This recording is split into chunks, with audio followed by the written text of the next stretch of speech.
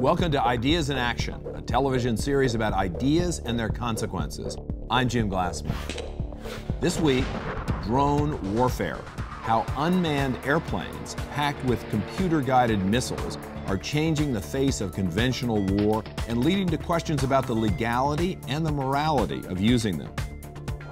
Joining me to explore this topic, Abraham Sofair, Senior Fellow at the Hoover Institution and author of The Best Defense, Legitimacy, and Preventive Force.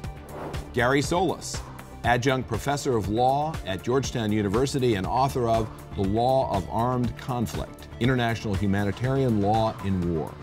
And P.W. Singer, Senior Fellow at the Brookings Institution and the author of Wired for War, The Robotics Revolution and Conflict in the 21st Century. The topic this week, Attack of the Drones. This is Ideas in Action.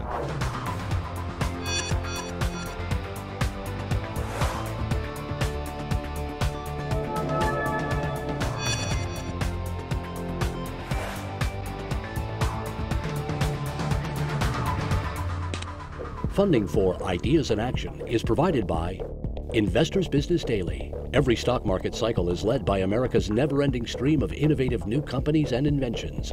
Investors Business Daily helps investors find these new leaders as they emerge. More information is available at investors.com. Drones have become a key component of the U.S. arsenal.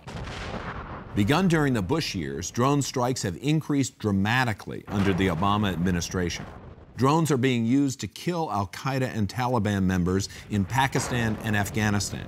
This policy has come under particular scrutiny because many of these attacks are being orchestrated by the CIA, sometimes from Afghanistan and sometimes half a world away, right here in the U.S. Critics believe the technology and methods we're using have quickly outpaced the rules of war, and the U.S. is in murky, if not illegal, territory. Adding to the controversy are reports of civilian casualties. One study estimates nearly 1/3 of those killed by drone strikes are civilians. Recently, the Obama administration put forward a legal defense of targeted strikes by drones. That defense relies on the broad powers Congress granted then-President George Bush after 9/11. It allows the U.S. to exercise its inherent right of self-defense. But some wonder what will happen as other countries, including potential enemies, begin using drones. This week, drones and the changing face of war. Peter Singer, can you paint a picture of how drones are being used today? These unmanned aerial systems seem like science fiction to many people, and they were just a decade ago, but they've taken off in their use. We now have over 7,000 in the U.S. military inventory and a subset that's being operated by the CIA. And essentially, they are planes that the human operator is actually on the ground. So for example, the Predator is a small propeller plane that has powerful surveillance capabilities where the operator may be sitting at a base like Creech Air Force Base in Nevada, just outside Las Vegas, or maybe Langley, where the CIA headquarters are. But the plane will physically be over Iraq or Afghanistan, or in the CIA case, maybe Pakistan. And so they're able to see what that plane is observing beneath them. And some drones don't simply observe, they actually fire munitions. We've seen the same evolution with robotics that happened with the early airplanes. The early airplanes back in World War I were just for observation, and then someone said, I want to do something about it. I want to kill the bad guy. And that played out with the Predator. And we've seen these strikes take off. Actually, into Pakistan right now, we've had at least 3 times the amount of strikes that we had in the opening round of the Kosovo War with manned bombers. So something big is going on with this technology. But it's important to remember, this is just the start. They're the equivalent of the Wright brothers flyer compared to where we're headed very soon. Gary, Leon Panetta, the CIA director, has said that drones are the only game in town, meaning that they're very, very effective. Why are some people upset about the use of drones? They somehow see it as being immoral or wrong or even in violation of the law of war. But in fact, they're simply a new weapon system. And in my opinion, a lawful weapon system, one that doesn't risk the lives of pilots and one that can deliver munitions with pinpoint accuracy. The problem, of course, is where you deliver those munitions. Issues of distinction and proportionality, 2 legal terms of art, which require that you be sure of what your target is, and secondly, that you attack that target with a means that kills or wounds the fewest number of non-combatants. And those are the problems with drones, distinction and proportionality. But they are lawful weapons. The question is how they are used. But why are they any worse than, you know, aerial bombardment, which kills a lot of people who are innocent? In fact, they're not any worse. In terms of the law of armed conflict, they are even better because they can deliver munitions with pinpoint accuracy. But there are some observers, mostly non-combatants or those who haven't engaged in warfare, who feel that somehow it constitutes execution without due process or some unfair means of warfare. But they are definitely the way to the future. But do you think that they are being used unlawfully now, drones? No, I do not. The military drones system is fairly transparent. We know how targeting is conducted. But when you talk about the CIA's drone system, you have an entirely different process which is not transparent and which may be unlawful because CIA agents are civilians who are taking a direct part in hostilities. I want to get back to that point, but I want to ask Abe, first of all, has the Obama administration made the legal case for the use of drones? Well, Harold Koh, the legal advisor at the State Department, made a speech about the legality of the use of drones, many other subjects, of course, in that speech.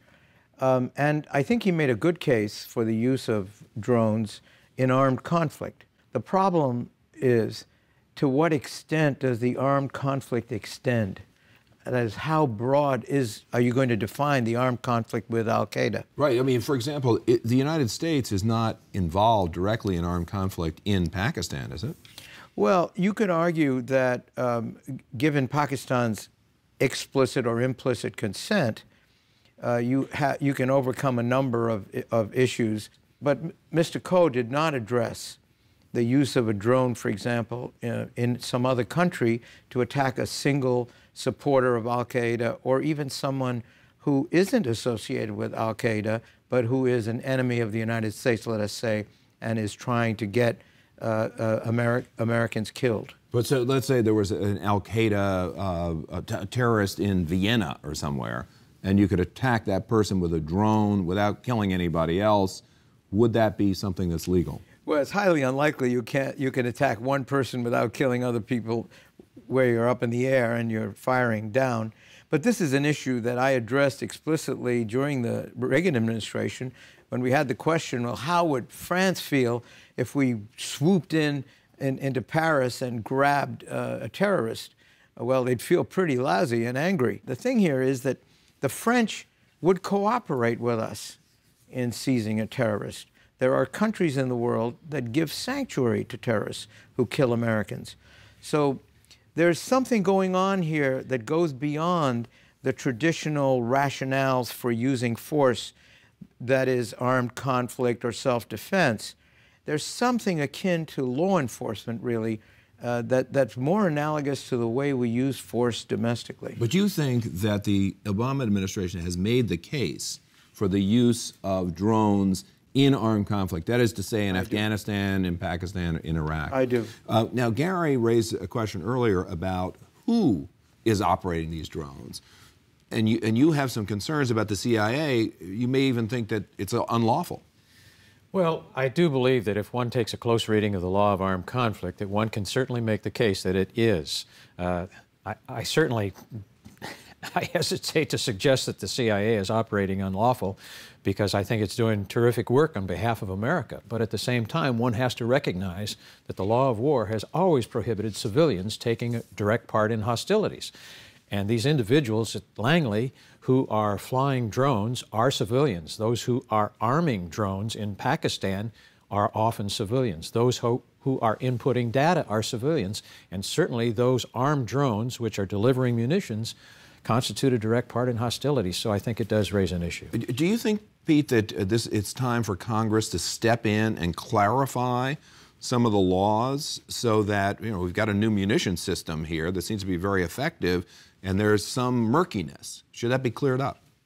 I think it's definitely amazing that we've carried out what we would have called a war previously, what we did call a war 10 years ago in Kosovo, by the raw numbers in terms of the number of airstrikes, and yet Congress didn't have a single hearing on it, either to say that it supported it or that it was against it. And to build on what Gary was saying, I think one of the challenges here is that this is a technology that is a weapon of war, but it's not limited to the military and its ability to use it. And so a concern that folks have that have been asked, particularly by those in the military, about the CIA use of the systems is not their bad intent, but also things like skill set. So you have, instead of military JAG officers deciding questions on military lawyers who spent their entire career training up on questions of the laws of war, collateral damage, rules of engagement, instead of them deciding this, you have general counsels within the CIA who don't have this background. You have the equivalent of an air war, again, over 120 airstrikes,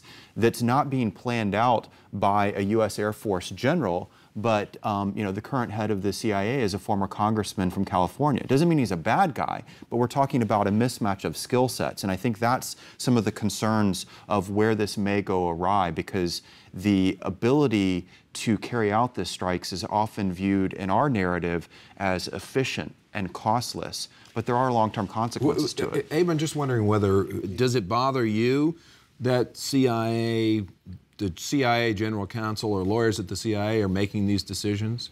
It doesn't bother me. What bothers me is that we're exposing those people in the CIA to being treated as criminals. That bothers me a lot.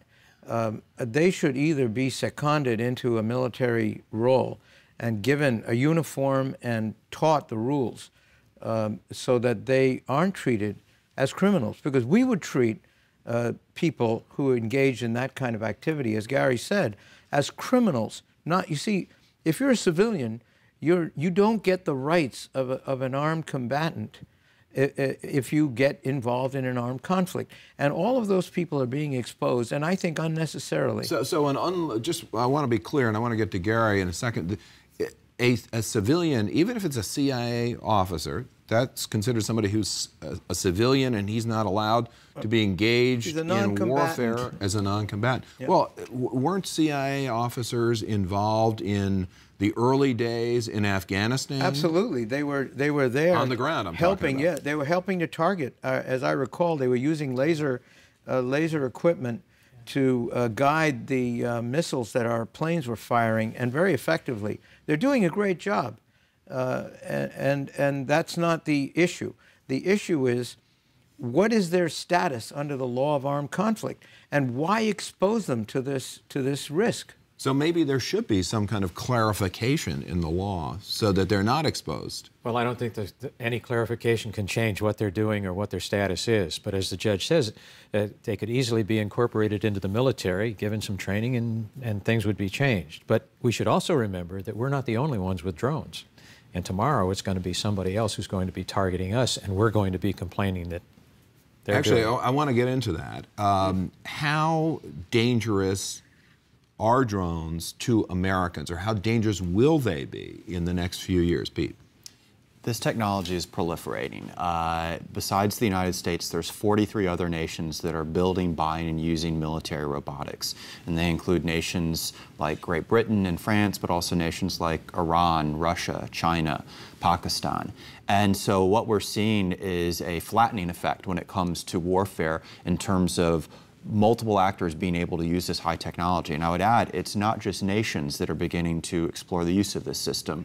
Non-state actors that range from, there was a group of college kids at Swarthmore who wanted to do something about the genocide in Darfur, and they entered into negotiations with a private military company to rent drones to send there, to the war between Israel and Hezbollah. Hezbollah, a non-state actor, a paramilitary group, a lot of people consider it a terrorist group, flew 4 drones in that war.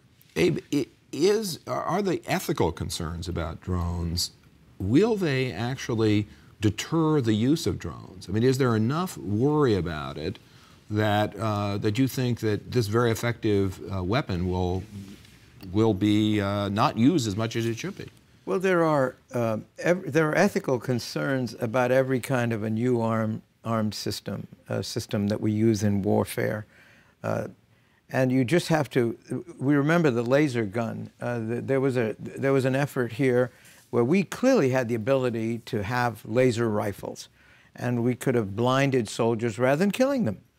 And Congress had hearings, and the decision was made that they did not want American soldiers blinded. So they didn't develop laser rifles, because once you develop something, it spreads. Gary, a lot of people are concerned about drones specifically because of this collateral damage. Now, certainly the collateral damage is less than aerial bombardment, and certainly aerial bombardment during World War II is a good example of that, but even today. But isn't there really a problem here with collateral damage with drones? Absolutely. Proportionality is it's the impossible dilemma of a commander. How many human lives is this particular thing or object or individual worth? So if it's, let me ask Abe this question. So if it's Osama bin Laden and he's got 20 potentially innocent people around him, then somebody's making a decision, well, this guy is a really high value target. We're going to hit him anyway, and maybe these people shouldn't be standing around him. And well, it's not a question of shouldn't be, but you can't expect them not to be. There are certain people that are likely to be around a very high value target, no matter where you find them. So even if they're completely innocent, they're just, you know, shopkeepers or something. Well, we've got the guy. He's in our sights. Look at the Massoud case. We took out the guy who killed Bhutto, right. And that's a person who really is a terrible person, and the Pakistani government very much wanted us to take him out. We found him on top of a building on a roof with his wife, with his mother-in-law and father-in-law, with 7 guards. And, you know, you probably, that's the way, the best way you could come out on that kind of a situation.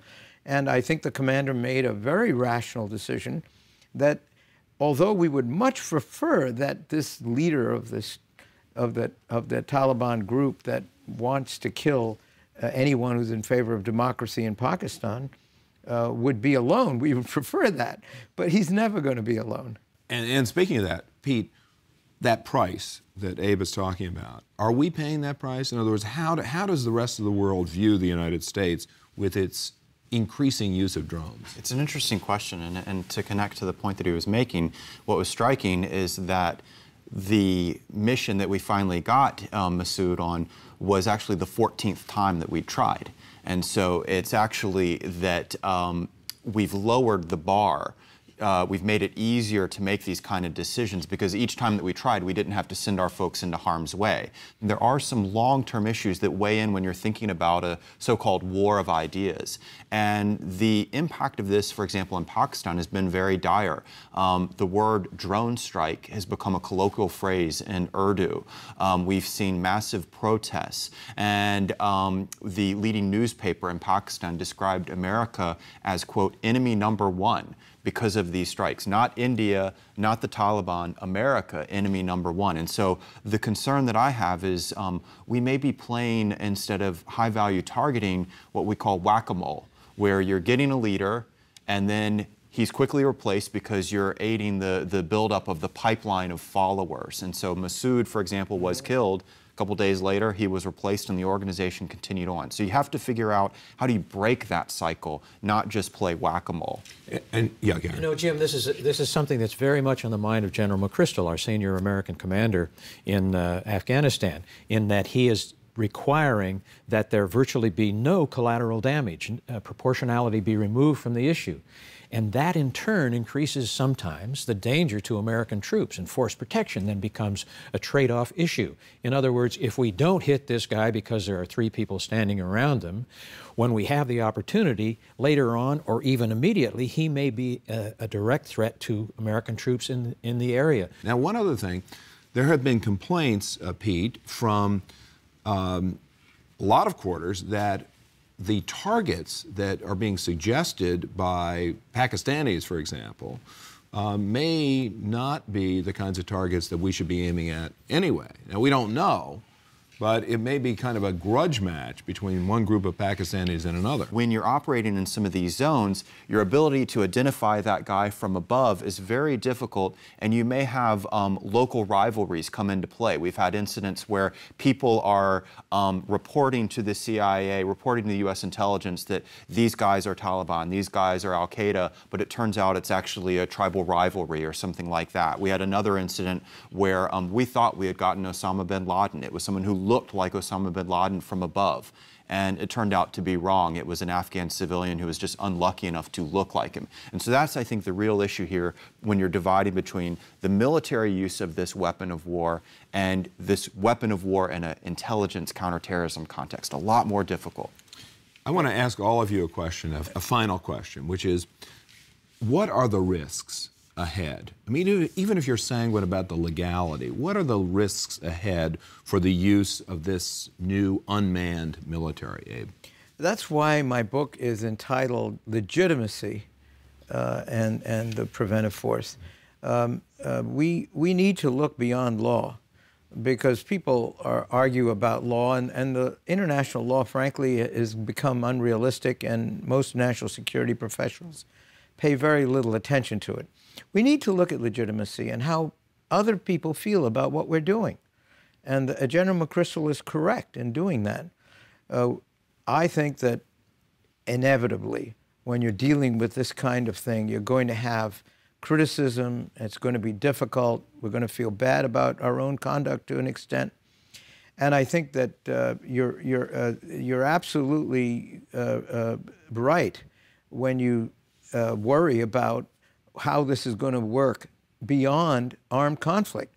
We are going to use this device in countries like Yemen.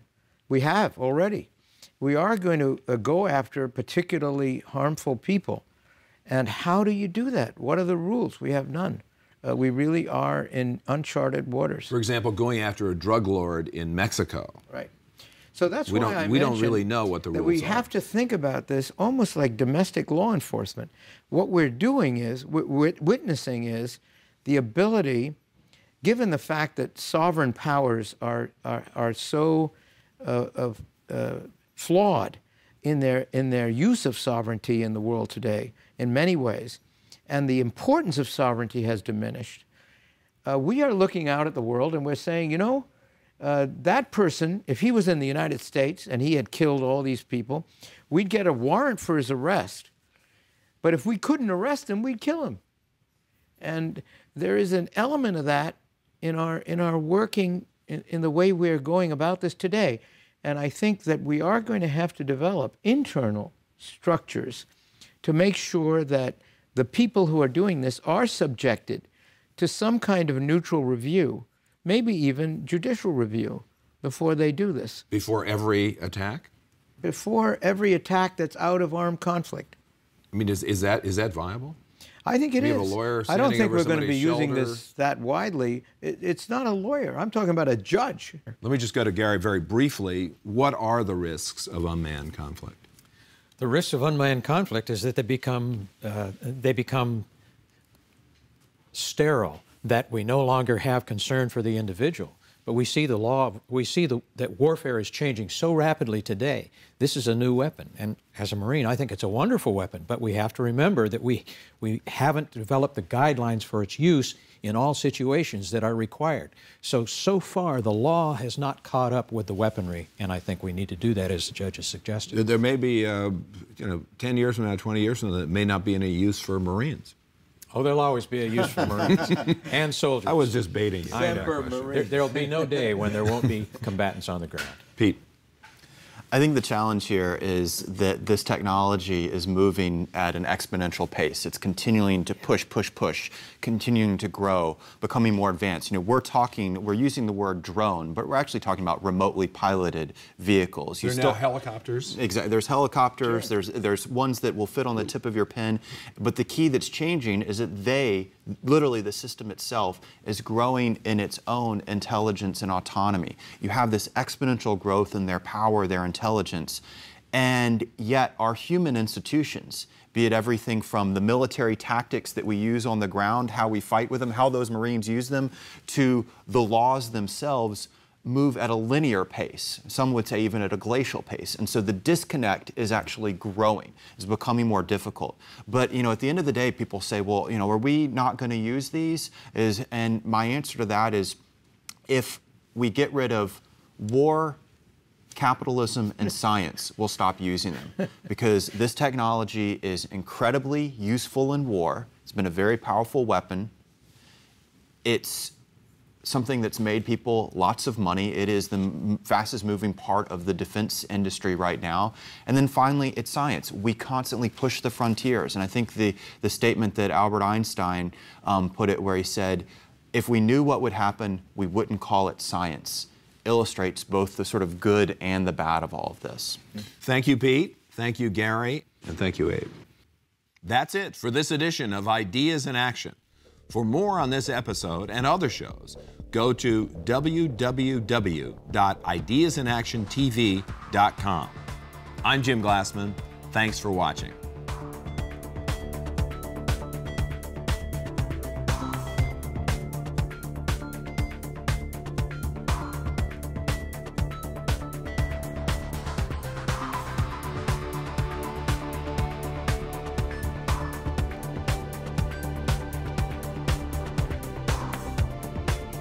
For more information, visit us at ideasinactiontv.com.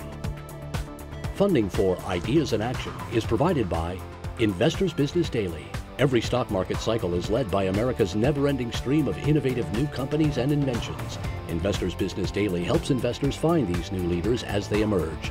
More information is available at investors.com. This program is a production of Grace Creek Media and the George W. Bush Institute, which are solely responsible for its content.